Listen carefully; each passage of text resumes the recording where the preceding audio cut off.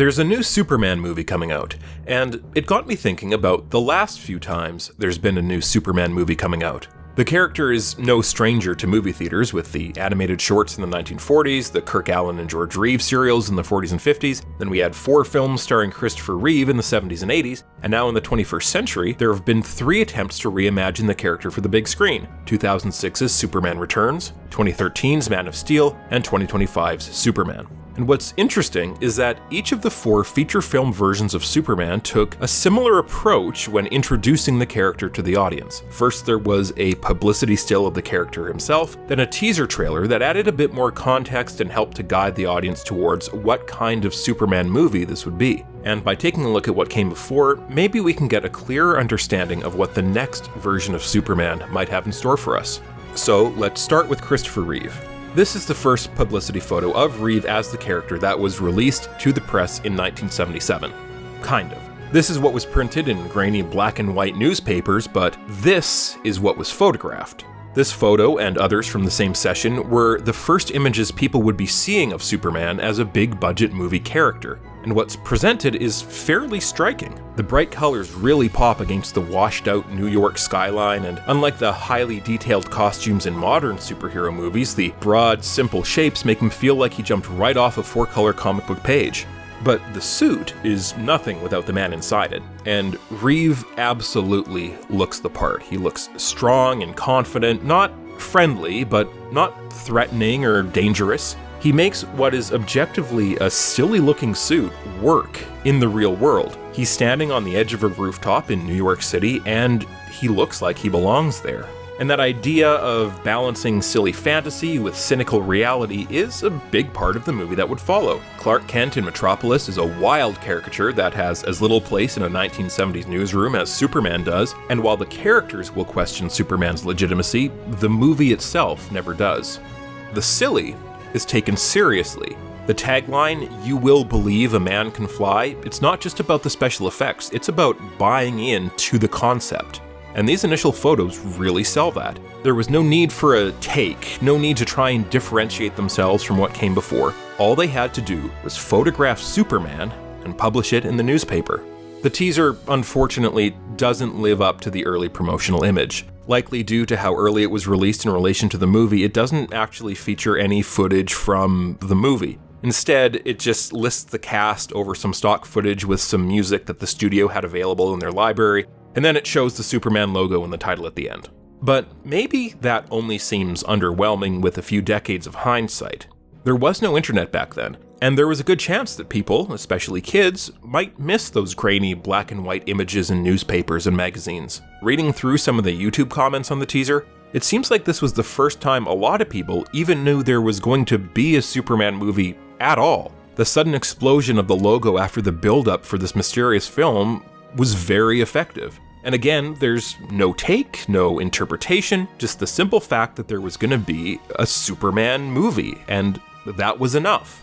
So a few sequels and decades later, another Superman film enters production after several false starts, and in 2005, we get the first image of Brandon Routh in the role. Rather than placing him against the real New York skyline, he's on a set, standing in front of the Art Deco-inspired Daily Planet. We've already seen Superman in the real world, so now it's time for some stylization, and it's even necessary. This movie is a direct sequel to Superman 2, set 5 years later, and while Superman 2 came out in 1980, Superman Returns would be the first attempt at a modern 21st century version of the character, so it wouldn't really work to make it a period piece. And while the actors are embodying the same characters, they're not really doing impressions. Brandon Routh isn't just imitating Christopher Reeve, Kate Bosworth isn't just imitating Margot Kidder, this guy isn't just imitating Gene Hackman, so the production design has a kind of timeless quality, with stylistic flourishes that pay homage to Superman's history while also including modern and even slightly futuristic technology.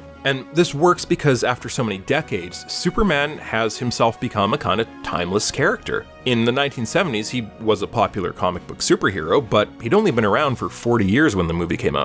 The Mario Brothers have been around for about 40 years, but their movie treated them as pop culture rather than mythology. And Superman just being a piece of pop culture is part of what made that first movie work. It wasn't just about putting Superman in the real world, it was about putting a flying man clad in red and blue tights specifically into cynical late 1970s America. But times changed, and so did Superman. He transcended pop culture and became mythology.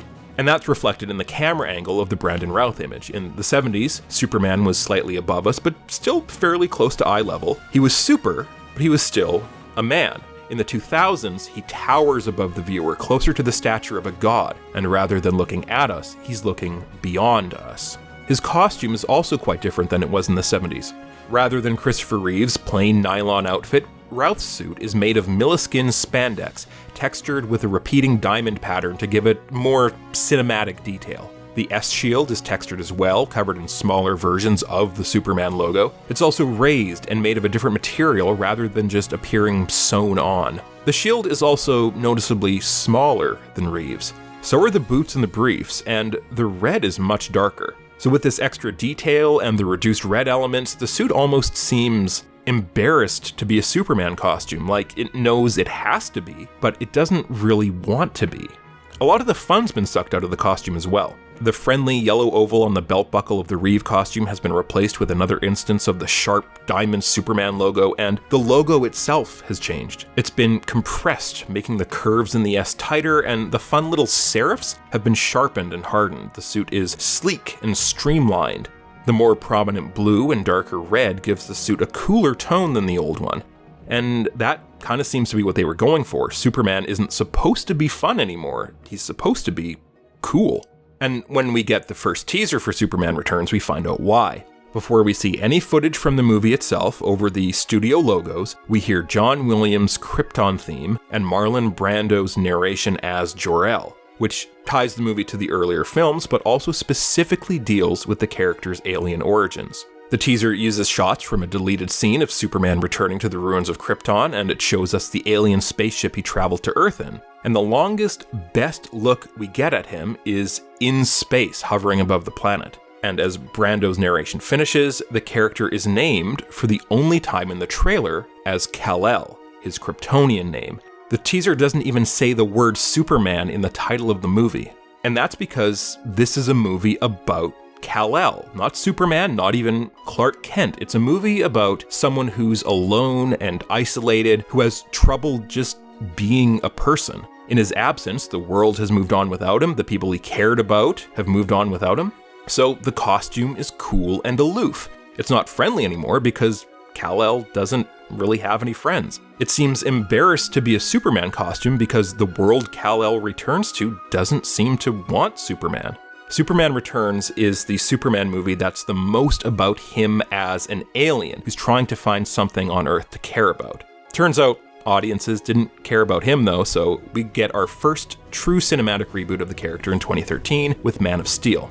And this is the first image we see of him. Like the first Superman Returns image, it's a posed shot on a set, but rather than just being a random piece of Daily Planet scenery, this is the bank vault in Smallville where he has his dust up with the other Kryptonians. The door is smashed, there's smoke and sparks and rubble all over the place. It's a major contrast to the pictures of Reeve and Routh, because it's not just a picture of Superman in the world, it's a picture of Superman affecting the world. Superman himself isn't actually a huge part of the image, and the consequences of Superman are the focus here, and will be the focus of the next couple of movies to feature him. But we do see Superman. His suit follows the Routh trend of being covered in a detailed texture. This time it's more of a chainmail design, hinting at his more physical role in this movie compared to the last one. The S-shield is bigger than Routh's, and the serifs are more ornate too, kind of like medieval heraldry, and the tip of the S almost looks like the mouth of a dragon. His cape is longer and more voluminous than either Reeve or Routh's capes, and rather than just kind of spilling out from the neck hole of his tights, it's anchored to his shoulders and pleated into something more like a royal mantle. This is a fully mythologized Superman. This is King Arthur Superman. This is Jesus Superman. This is Atlas Superman. But it's still not fun Superman. The red briefs are gone, as is the spit curl in his hair. The belt is diminished, the blue is darker, and the red, at least in this image, is pretty desaturated. He's also not just looking at the camera again, he's glaring at it. In response to the almost pacifistic character from Superman Returns, this is a Superman who's gonna throw a punch. And while that makes sense from a marketing perspective, it's not really accurate to the movie. Because unlike Routh's first image, this picture is part of a specific scene. It has context. It's a split-second moment in the middle of a fight where Clark Kent's mother has just been threatened. And it's not just his first major fight in the movie, it's the first fight he's ever had in his life. But this is the first image people are seeing of the character. This is what the studio wants people to know about this version of Superman, and it really sets people up to see Henry Cavill as the mean Superman. But the teaser takes things in exactly the opposite direction, or rather the teasers, because there's actually two teaser trailers for Man of Steel. Both of them use the same footage, but they have different narration. One uses a voiceover from Russell Crowe's Jor-El, and the other one is from Kevin Costner's Jonathan Kent. Crowe's narration isn't too different from Brando's in the Superman Returns teaser, and it largely lays out the mythological significance his son will grow up to have. Costner's narration covers some of the same beats, but puts more emphasis on the choices he's going to have to make in his life. And the music is kind of interesting as well. This is a reboot, so it doesn't rely on the John Williams music because it's not the same character. Instead, it leans into the movie's more mythological take on Superman and uses music from The Lord of the Rings. But the narration and the music and the focus on mythology is contrasted against what we actually see on screen. Because it's not mythologized Superman, it's Clark Kent. Just as the teaser for Superman Returns told us that movie would be about Kal-El, the teaser for Man of Steel tells us that this movie will be about Clark. In this movie, Clark Kent is just who he is. There's no caricature of a mild-mannered reporter, no aloof space alien, just a guy from Kansas who finds out he's an adopted refugee. Superman is what the people of Earth call him, Kal-El is what he's known as to the Kryptonians, and this movie is about Clark choosing which of those identities he's going to embrace and which of those worlds he's going to save. And because this version of Superman is a mythological character, it's not really a fun story. This version of Superman is King Arthur, he's Jesus, he's Atlas. Tragedy is going to be a necessary part of this character, and the music even kind of tells us this. The part of The Lord of the Rings it's from is the part where Gandalf dies, so the trailer is almost telling us to prepare for Superman to die too, though like Gandalf, he will get better. And like Superman Returns, this take was also divisive, so 2025 is bringing us the next version of Superman, and we've gotten the first picture of the character as well as the first teaser trailer. The first image of David Corenswet as Superman doesn't show him standing proudly or in the middle of the action, it shows him sitting down, putting his boots on.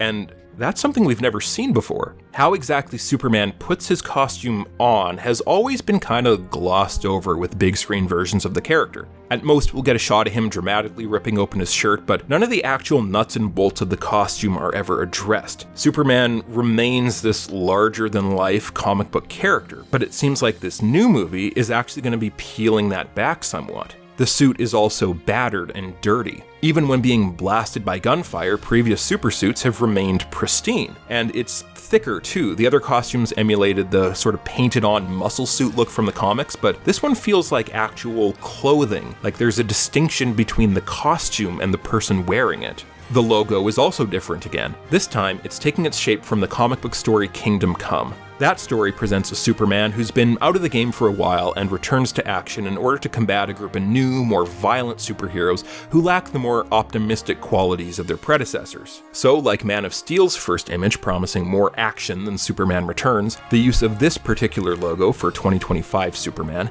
tells the audience that the movie is going to pull back from that more action-oriented, tragically mythological, darker version of the character. But that's not to say it's going to shy away from pathos entirely. See, Superman in this picture isn't staring confidently and reassuringly at the viewer like Reeve, he's not looking up and away past us like Routh, and he's not glaring at us intensely like Cavill. He's looking down, eyes almost closed, he's beat up, and he could be putting his boots on, but he could also be taking them off. Like the Man of Steel image, this new picture seems to be from a specific moment in the movie, and probably only represents a small part of the story. a part that kind of seems like it could see Superman near defeat, and a defeat that might be more ideological than physical. In the teaser, we see that Lois Lane is with him in the scene, and it seems like she's kind of helping him get back on his feet. And let's talk about the teaser. The very first shot shows him battered and beaten in the Arctic, and then we hear a new version of John Williams' original Superman theme. Now, this Superman isn't the same character as Routh or Reeves' Superman, but people know this music as the Superman theme in the same way that When You Wish Upon a Star has grown beyond Pinocchio and is now just kind of synonymous with Disney as a whole. And then after this introduction, we see new versions of Superman's supporting cast, Lois Lane, Jonathan Kent, Lex Luthor, and for the first time in live action on the big screen, Krypto the Superdog. Superman has a super dog, and not only is he not a joke, but he saves Superman's life. The teaser seems to be saying that even the parts of the character's history that might seem silly are important and will be important in the movie. We also see other human superheroes existing alongside Superman, so it seems like we're going to see what makes him special and what's made him endure for nearly a century as the superhero. And maybe most importantly, we hear people chanting Superman's name and raising his flag. So Superman Returns was about Kal-El, Man of Steel was about Clark Kent, and Superman is about Superman. The movie is looking like it's designed to be a stress test for the idea of Superman. His costume, with its more tactile nature, brighter colors, the return of the red briefs, it seems more than ever like it is a costume. The John Williams theme isn't just describing one version of the character, but now it's like a brand jingle. The other superheroes are there to contrast what makes Superman special, and Krypto helps to reinforce that everything matters, not just the stuff that would least embarrass adults to be seen reading in public. And now this could all turn out to be wrong, trailers have certainly lied before, but this is what the studio is choosing to tell us about this new version of Superman. And what the movie is saying seems to be really interesting. 1978's Superman put a pop culture figure into the real world. 2006's Superman explored how the 21st century affected him. 2013's Superman moved beyond pop culture and into mythology. 2025's Superman appears to be looking at pop culture as mythology, taking Superman as a brand identity and making it almost into a religion. And Superman's one of the few characters where that actually makes sense. In the real world, there are denominations of Superman fans who take each portrayal very seriously and decry anything beyond their preferred version as not my Superman and therefore invalid. It happened a decade ago, it's happening now, and if there's another reboot for the character's 100th anniversary, it's probably going to happen in 2038, with some new filmmaker responding to this current version with a new suit, a new story, and a new Superman for people to get mad about online.